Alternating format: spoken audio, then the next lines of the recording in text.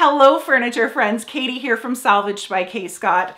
I have a crazy busy week ahead of me here trying to get things organized so that I can drive my family from New Brunswick all the way back home to Ontario so that we can visit with some family and friends over the kids' spring break.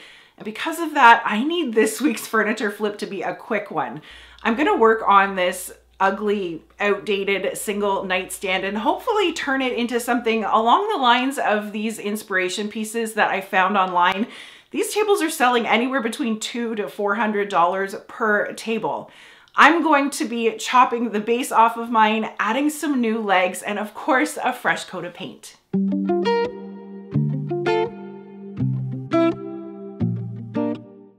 This little nightstand has already had one makeover with some black spray paint and it's looking a little rough, so I think it's ready for another round of TLC. It's completely made out of particle board with sort of a plasticky wood looking veneer that's got a few battle wounds, and this bottom base section of it just looks awkward and really out of place to me. But have no fear, we can definitely turn this kind of eyesore into a beautiful and functional piece of furniture again. It took me a second to figure out how these safety latches on the drawer worked, but once I got both of the tabs depressed at the same time, it popped right out. I unscrewed the handle from the door and then moved the table up onto my workbench so that I could have a better look at how it was constructed. I want to cut off this awkward bottom step and then add the upper part to some new legs that I found on Amazon a while ago, and I need to figure out where and how to make that cut.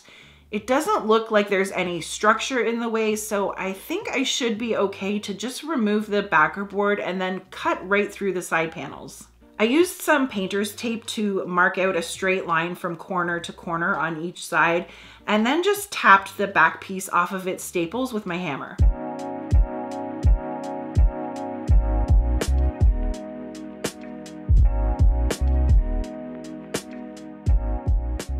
I put a smooth cutting blade into my jigsaw, grabbed my desk mask and my safety glasses, and then I decided that I should probably make myself a straight edge guide so that I can keep my blade cutting in a nice straight line.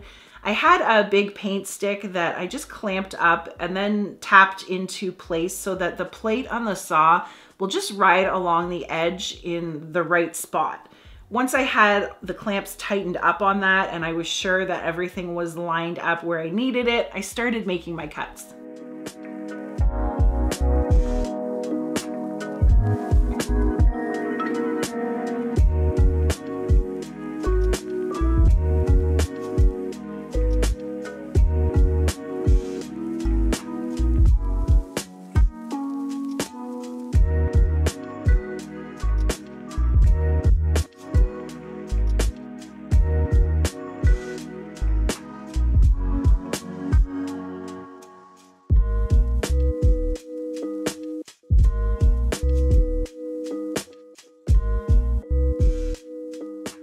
Now that I've got that bottom section out of the picture, I'm ready to start cleaning this thing.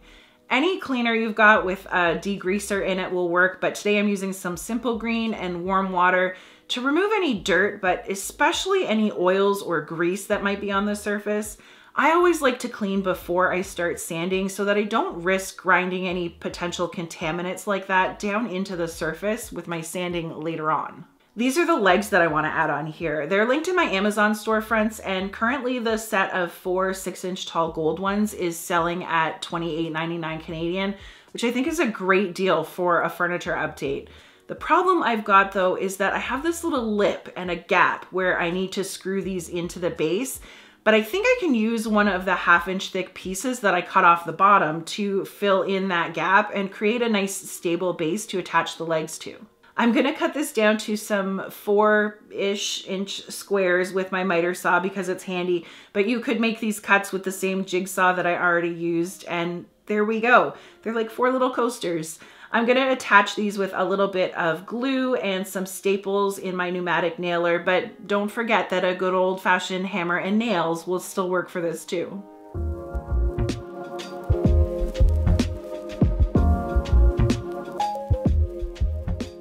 Almost perfect, just a teeny little gap, but once I sand down the side panel a little, it will fit on there exactly. I put some 80 grit sandpaper on my orbital sander and used that to grind down the bottom edge so that everything was flush.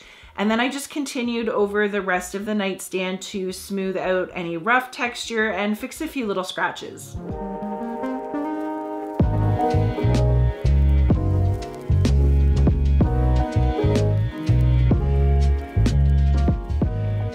I have a few chips in the veneer along my cut line and some pretty big dings along the edge trim that need filling, so I'm mixing up some all-purpose Bondo to repair those.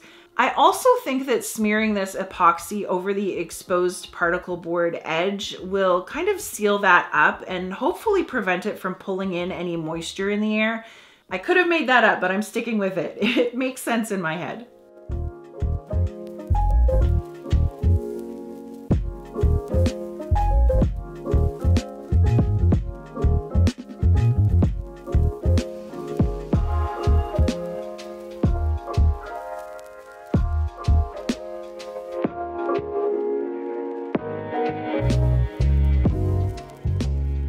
And I want to swap out the handle on this too, so I'm going to fill in these hardware holes while I'm at it.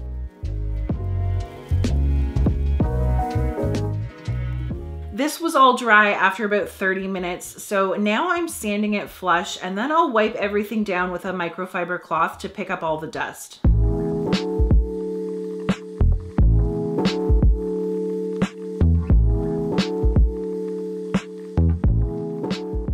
I need to prime this for a few different reasons, and I'm going to be using this Kills Restoration today to do that.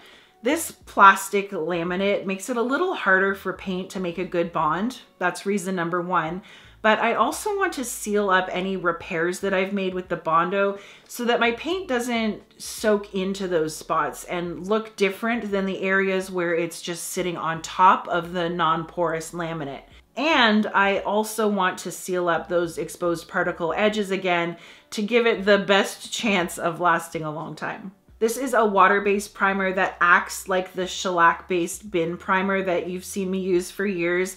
It's easier to clean up, but it's still really sticky, so I like to use a roller to apply it most of the time instead of putting it into my spray gun. I let the primer dry for a few hours and then I sanded it lightly with some 400 grit just to get rid of any little nubs that were stuck in it, and then I got myself set up for paint.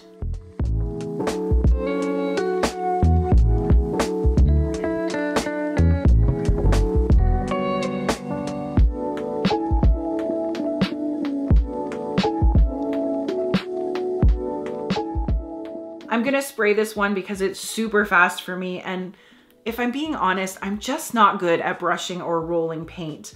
I'm using the color Cathedral Taupe from Fusion Mineral Paint to give me the feel of my inspo pieces, but just warmed up a little bit. I poured about half of the pint through a paint strainer into my gun and then added about a tablespoon of water to thin it out just a bit. I always like to test out my gun on the drop cloth or a piece of cardboard before I start on my piece, and I'm glad I did because the air pressure on the compressor was turned way up, so it was blasting paint out. Too much, too fast.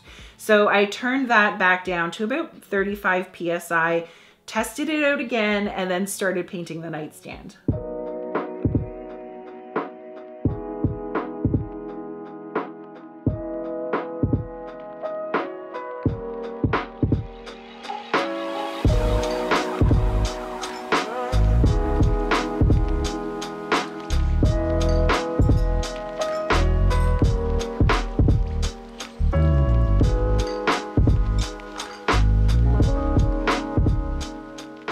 When I came back out to the garage to see how my first coat was drying, I noticed this gap on the one side of the top. It's not the end of the world, but it's bothering me, so I'm gonna fill it in with some paintable caulking to give more of a professional finished look. I just squeezed a bead of the caulk down the seam and then used my finger and a damp rag to kind of press it in there and also clean up the excess. I'll leave that to dry for a little while longer and then I can do my second coat of paint.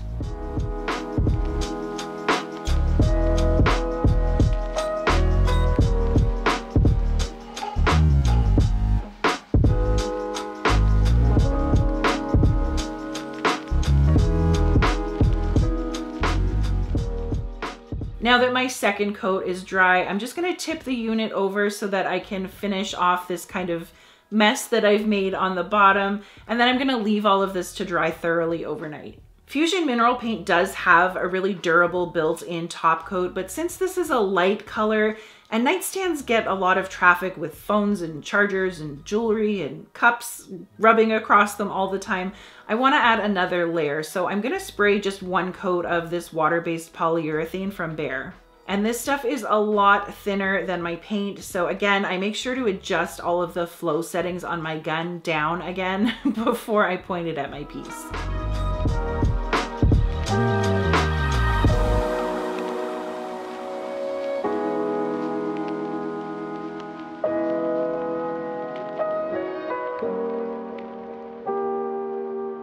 After about 4 hours of dry time on that poly, I feel safe measuring out and installing these new legs. I'm just drilling a few pilot holes to help get the screws started and then screwing everything in.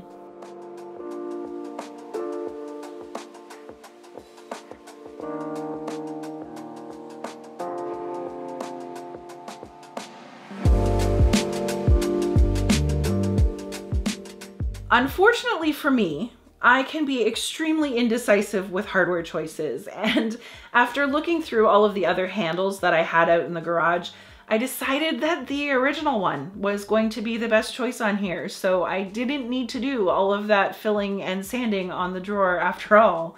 I just cleaned this with the same simple green and then scuffed it up a little with some steel wool. And once it was dry, I sprayed it with a few coats of this specialty metallic gold spray paint from Rust-Oleum, which matches the legs almost perfectly. I'm just adding a piece of tape across where the holes are and then putting the drawer onto another piece of wood so that when I drill out the Bondo in these holes, I don't get any wood splintering and mess up my fresh paint job. The last thing I want to do is dress up this underwhelming drawer bottom with a fresh piece of peel and stick wallpaper. I've had this stuff forever. If I haven't mentioned it already, I'm working really hard this year on using up the materials that I've been collecting over the past 6 years instead of buying all new stuff for every single project. But once I had this smoothed out in the bottom of the drawer, I just trimmed off the edges with my box cutter and brought the nightstand inside. This is the piece that I started with, and this is what I was able to create with it. I fixed the beat up veneer, got rid of the weird base, and I think I made it contemporary enough to be easily used in someone's home instead of them having to purchase another piece of fast furniture. I hope this makeover has left you feeling encouraged and inspired to tackle a project of your own. Thank you so much for watching today, and I will catch you all next time.